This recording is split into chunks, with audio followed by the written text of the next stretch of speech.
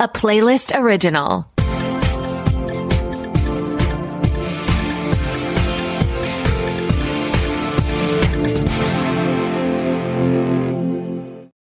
Welcome to the Pilot Podcast, where we review the pilot episodes of TV shows to answer your question, should I watch this? My name is BJ. And my name is Mitu. And this week, we're watching The Miniature Wife on Peacock, The Testaments on Hulu, Big Mistakes on Netflix, and Margot's Got Money Troubles on Apple TV. So stay tuned to the end to find out what science experiment BJ would want to conduct, with lots of money backing.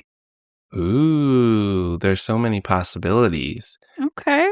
In the meantime, how about you describe what happens when you have miniaturization technology? You're talking about The Miniature Wife on Peacock, as best-selling and critically acclaimed author Lindy, played by Elizabeth Banks, and scientist Les, played by Matthew Macfadyen, battle for power in this relationship. Things get complicated when Les accidentally shrinks Lindy to 6 inches tall. So me too. Were you surprised when he shrunk his wife to 6 inches tall? No, because the show is literally called The Miniature Wife. So it kind of felt like I was waiting for it to happen. And I really like that they show us her shrunken down and then in the very first scene and then do like a 2 weeks prior. So then we get to observe everything in the lead up. Like, oh my goodness, it's happening, it's coming. And all of the elements that lead to that. That was nice that we saw a little bit of her at that 6 inch tall life. And then we go back to see what leads to that moment, because we learn pretty quickly that Lindy and Les, they have issues in their relationship. I bought all the discomfort. I love the way that they're clearly on eggshells. We drop in on them seemingly having repaired some part of their relationship. And seemingly. So they're clearly like scared to disagree. And they're doing that thing where it's like, okay, I'm just fully reserving like 90% of my opinion and getting out in the gentlest way, 10% of it. But it's okay. No worries if not. Like, they're just doing a lot of that with each other. And I loved that. And I specifically loved the chemistry between Elizabeth Banks and Matthew Macfadyen as they did that, because it just felt so silly. And the show feels like it understands how silly it is. Yes, they lean into it. It has absurdness to it. So you don't truly believe this is a real relationship. And I think what helps is everyone around them knows that there's issues. Yes. Like, people are worried how they're going to behave at parties together, worried what they're going to say, are questioning the promises they've made to each other as they're trying to fix their marriage. And I think that, as you said, sells or helps us buy into the discomfort. And part of it is that he is so dedicated to his work, and she seems a bit stalled in hers. So she has had success and is now stalled after having this very successful book a while ago. Meanwhile, it seems like he's been on the bubble of success and now is trying to push this mini technology forward and finally get a win. And I liked that added tension in their relationship because they both resent each other. Like, clearly he resents her success. Clearly she resents his striving for some kind of hit like she had. Side note, the investor character that he's trying to impress, Hilton, played by Ronnie Chang. I love Ronnie Chang as like rude business guy. He did that in the movie Joyride, Too Slept On, one of my favorite comedies of the last like 20 years. And then he also plays that similar character in The Fall and Rise of Reggie Jenkins, and he's great in both. And I believe somewhat similar character in Shang-Chi. Yes, true. Just make him mean business guy in everything, and I will enjoy it every time. I promise. Speaking of the business guy, I will say you have to kind of imagine that this is a fantasy world, because ignoring the science behind this mini tech, why would no one invest in it? Why is Les struggling so much to find investors? I liked that because I think it helped us lean further into the fact that this is silly. I feel like at every turn, the show was like, hey, don't take us seriously. We're just having fun. We're just girls. With that, I do have in my notes, how does BJ feel about the science here? Well, you can't just shrink the space between atoms. That doesn't make sense. Okay. There is a twist to this discovery that we're not going to spoil, but that also makes me think this isn't ready for investors. No.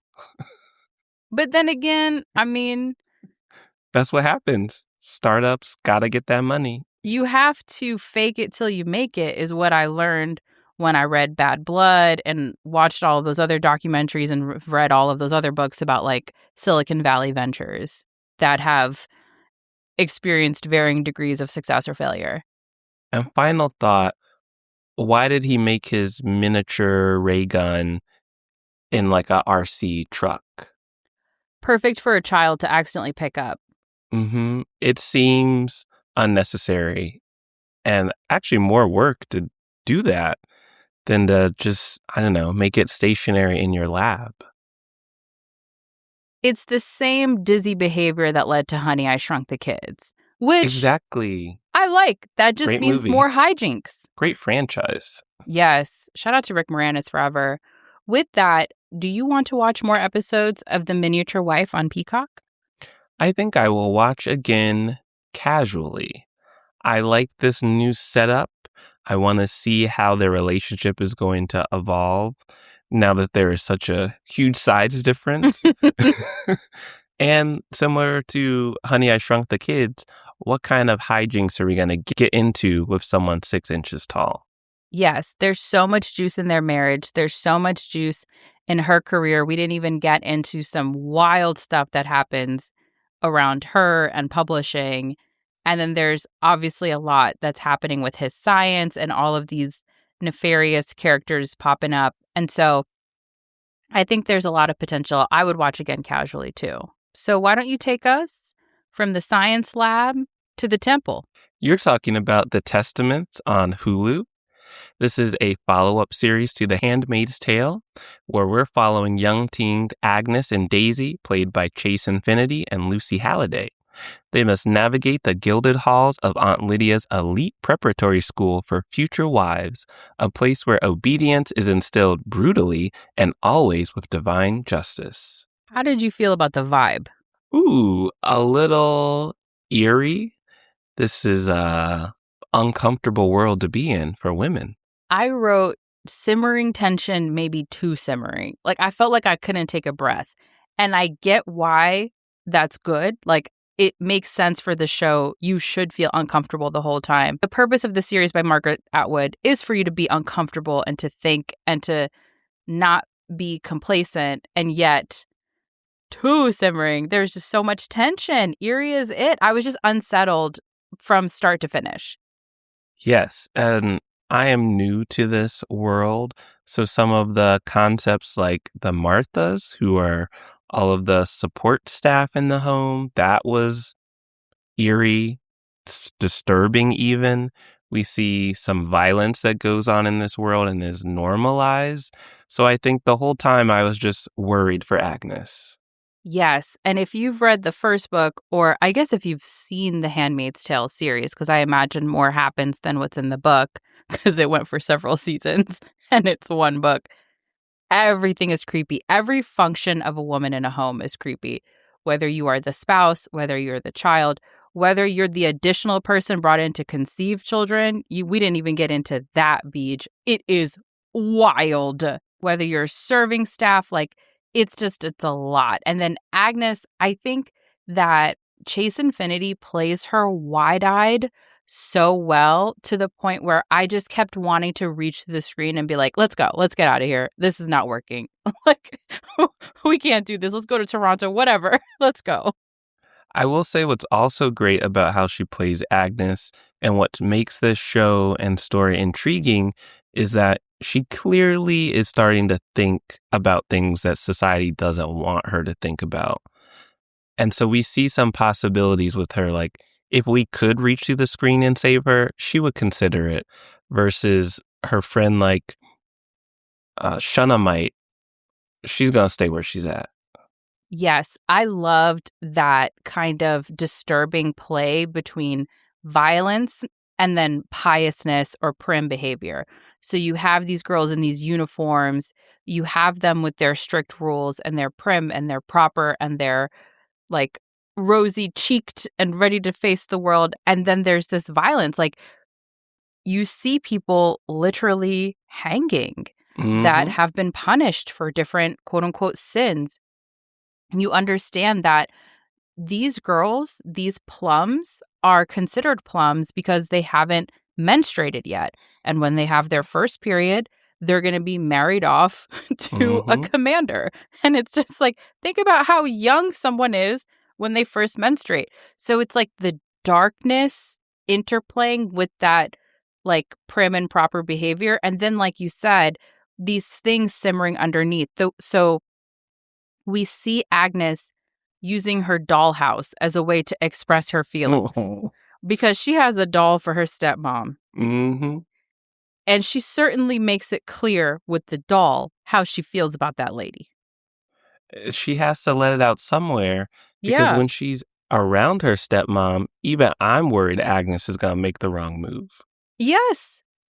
What I also liked about the show is that there was still that classic coming of age scene that made it an intriguing watch of we're still ultimately kids at a school, very YA, like trying to find your way in the world. And so when Agnes introduces the cliques and the functions of the girls, I liked that. And then when the new girl comes in that we don't get to know super well, Daisy, I thought that there was a very funny exchange where they ask her why she's at the school because she's new to the area.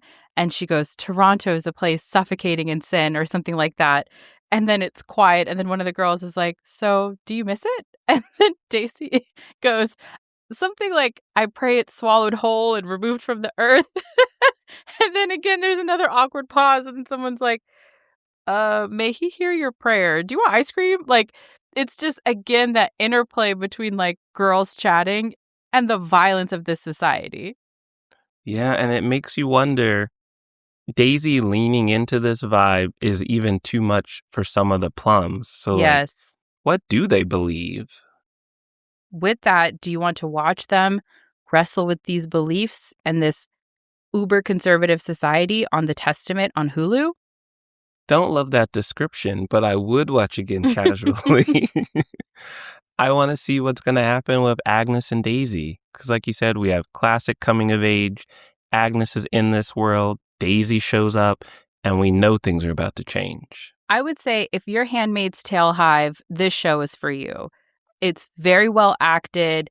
It's interesting. It's paced well. For me, as someone who read the book and as someone who maybe has a little trouble with some of this imagery, considering some larger context, I think I'm out on this. And I truly wish this show the best. And maybe if it came out 15 years ago or hopefully 15 years in the future, I would feel differently. Okay, maybe we'll get you a censored version. Yes, where no women have rights taken from them. Well, that's a very different show. But in the meantime, let's switch to your favorite genre, comedy. You're talking about Big Mistakes on Netflix.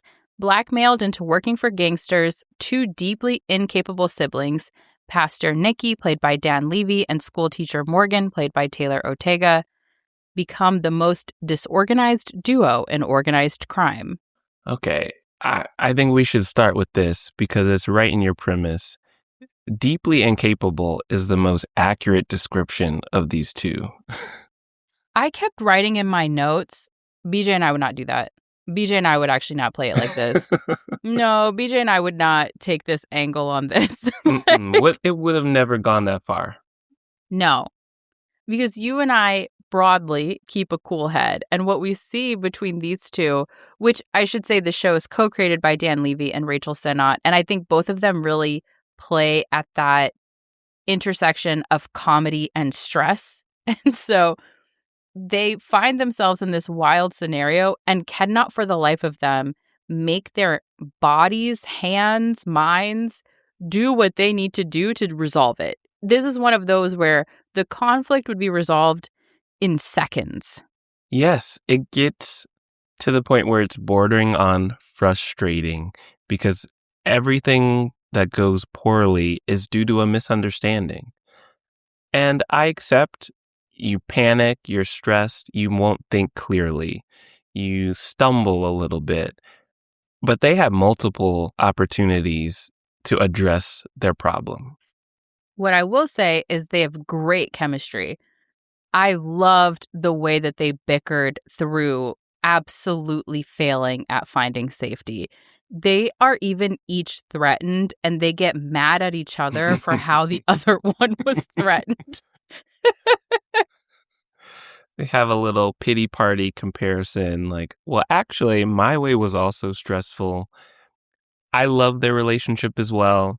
They play off each other well as siblings. And I'm also getting best friend vibes, reluctant best friend vibes between them as well. Yes, because they have each other. Their mom, Linda, played by Laurie Metcalf, perfectly cast. She prefers their sister. She is like, Natalie actually can't make a mistake. It's so wild. Like, she's incapable of being wrong. And interestingly, the opposite for the two of you. She even said, like, the sister is unlike anyone in the family. Yeah. So they're even told they're grieving incorrectly because their grandma is very sick. I like that this scene in the hospital where Linda says these things about them versus their sibling. To me, that signaled, okay, they have each other. In this family dynamic, that's the duo. Yes, they're like a couple of black sheeps in the family. Yes. Because the mother is critical. Even their sister is like, yes, I am better than both of you. Even though she did give a ridiculous gift to their grandma. The whole situation was ridiculous. That also cracked me up because illness, death, finding the humor in grief is something that I think it's hard to do, but when you do it well, it's very, very funny. And there's a part, I won't ruin it, but basically Linda talks about a teenager having to read last rites. And the way she describes it, I could not stop laughing. That's a good point. It is funny. They do tackle that tough conversation about death, but it doesn't feel disrespectful that all these jokes are mixed into it. Yeah. And it plays well that this is a quick show. Like the pacing is constantly moving. Something's always happening. We learned a lot about Nikki and Morgan in this first episode. They also picked perfect jobs for them. Nikki being a pastor, a queer pastor, but non-practicing. And Morgan being a school teacher. I love that because it's just like, think of a worse job to prepare you to face crime. Like, you know what I'm saying? They are incapable. Yeah. In the truest sense, they're just not built for this. So, what are your thoughts on this comedy, Big Mistakes, on Netflix? I will watch again seriously. It is so funny. It's so silly. And the reason that I will watch again seriously and recommend it for Comedy Hive is because BJ told me before we started recording that while the premise is kind of wild, like the initial conflict really is so hard to buy, apparently that is clarified a bit as you keep watching. And so if that's the case, then I'm in because it's so funny and it makes me think of some other Rachel Sennott joints like Shiva Baby and Bottoms where you're just watching people be nightmares. Yes. And I think that is why I will watch again casually, ease my way into this. And as Me Too reference, based on what I know for future episodes, it won't be as absurd. They don't have to, but they chose to set it up this way. But once it's fully set up, you won't have these same questions of, now, why would you even do that? Thank goodness. With that, why don't you take us from chaos to even more chaos. You're talking about Margot's Got Money Troubles on Apple TV. Margot, played by Elle Fanning, is on a tumultuous journey as the daughter of a Hooters waitress and a former professional wrestler, played by Michelle Pfeiffer and Nick Offerman. After an affair with her junior college English professor leaves her pregnant, Margot turns to OnlyFans to support herself. So me too. First thoughts, first impressions? We don't get to see what's described. At all. Hooters is barely referenced. Cheyenne, her mom, actually works at Bloomingdale's now. And then we don't even get to see Nick Offerman. Just vague references to him. We do see the college English professor, but we don't get any hints that Margot will turn to OnlyFans to support herself. Yes, we end on the birth of the baby. And I think it would have been fun to see a little bit of her even considering this. Because I understand the point of like setting this up. But we spent a full episode on pre-pregnancy, pregnancy, and then for a few moments, birth. Not the best distribution.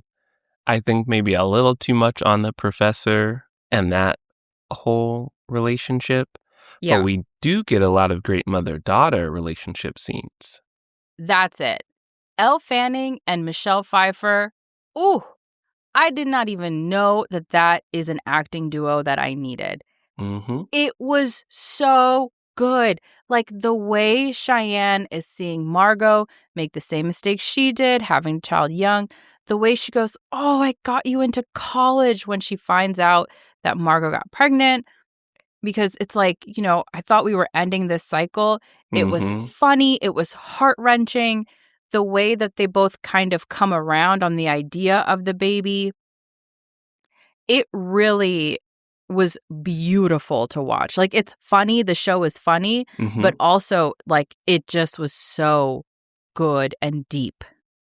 Yeah, similar to what we were saying before, this is a show that tackles a very tough conversation about getting pregnant. What are you going to do? What will your future look like? And it tackles that respectfully, but also throwing in humor, because a lot of the scenes of Margot and Cheyenne just looking at each other, I feel like I'm getting the whole history behind Cheyenne and when she had Margot, and now how is Margot responding to seeing her mom think about all of that? And they didn't say anything. Yes, it was so good. And it should be noted, this is a David E. Kelley show. And so, you know, when David E. Kelley is on it, we're going to go white woman in distress as a plot point, and it's going to be thrilling to watch. This show felt like a car crash in slow motion for all 35 minutes or however long the pilot was. That's true, especially toward the end. We're getting closer to that crash. Yeah. Or is it constantly crashing? I don't know. I don't think it'll stop. I don't think it'll let up. Ooh, a season-long car crash. Every decision Margot makes in this first episode is bad. Barring, like, keeping the child, obviously, whatever, like, you know. Writing that essay, that was a good choice. I just mean literally entering a relationship with this professor. Like, she's on FaceTime with her friend, and she's like, no, I'm not going to hook up with my professor. Like, I'm not going to be one of those. No. Margot, why didn't you stick to that? It was just watching her make terrible decisions. I did laugh, though, when she was in the Bloomingdale's and she sort of just laid on the ground because she was just overwhelmed by how expensive everything is. And her mom stood over her and she said, there are no victims in Bloomingdale's. And the way Michelle Pfeiffer delivered that line, it was so good. I cackled. And that was another good mother-daughter scene. We get hints at their relationship, and it shows the love between them with the way it resolves. So, very fun. I also hope we get into more of her parents' lives, because you don't cast Nick Offerman as the dad if you don't want to show us more of him. You don't cast Michelle Pfeiffer as her mom if we don't get to know more of her. And we learn in this first episode that Cheyenne's boyfriend, Kenny, is played by Greg Kinnear. Again, you don't cast Greg Kinnear if we're not going to watch him get to work. So I like the kind of tendrils of where this story can go too, not just through Margot and her money troubles, but through her parents. And we've gotten to know her roommate Susie a little bit too, Thaddeus Graham. And Susie is an interesting reference because if we didn't have the plot description that her father was a former professional wrestler, I don't think it would be as exciting to know that Susie is interested in wrestling. Not at all. Margo makes a one-off comment of like, I'm not into wrestling, but I recognize that one wrestler. And we're like, I know why, so let's just get into it. Yeah, give it to us. With that, do you want to get into more episodes of Margot's Got Money Troubles on Apple TV? I will watch again casually. I will see that premise through to see why she turns to OnlyFans to support herself. How do you feel? I agree. The acting is too good to turn my back. I will watch again casually. The only thing stopping me from watching again seriously is it is so overwhelming how many bad choices are made that I don't know that this is a show I can marathon, because I imagine it's just even more and more chaos and wild decisions. And so if you are also someone who sometimes has trouble watching that but is interested in it, maybe you'll enjoy watching it again casually too. Okay, I've thought about what experiment I would do if I had all the funding. But not on me. What would you do to me? What? Okay, hear me out. No. Okay. Fine. What? I was going to research a way to increase someone's ability to speed read so you could read more books in a day. That's very sweet. It would involve like brain probes and like maybe making you half robot. Oh, this would be done on me, not separate from me and something I might benefit from. Well, how else would you benefit from it? But you would experiment on someone else, and then if it works and the brain survives these things, maybe you bring it back around to me. I have a lot of funding, so it'll work the first time. Okay, sure.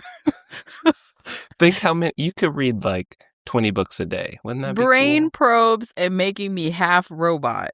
I said maybe. I got to do the research. Okay. You'll be paid. You're a paid participant in this clinical study. Oh, thank you. Like a lunch voucher. You see how you didn't even have to say that? And a Visa gift card.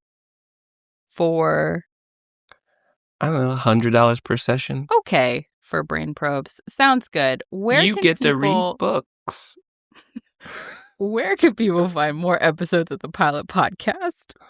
Our website, thepilotpodcast.com.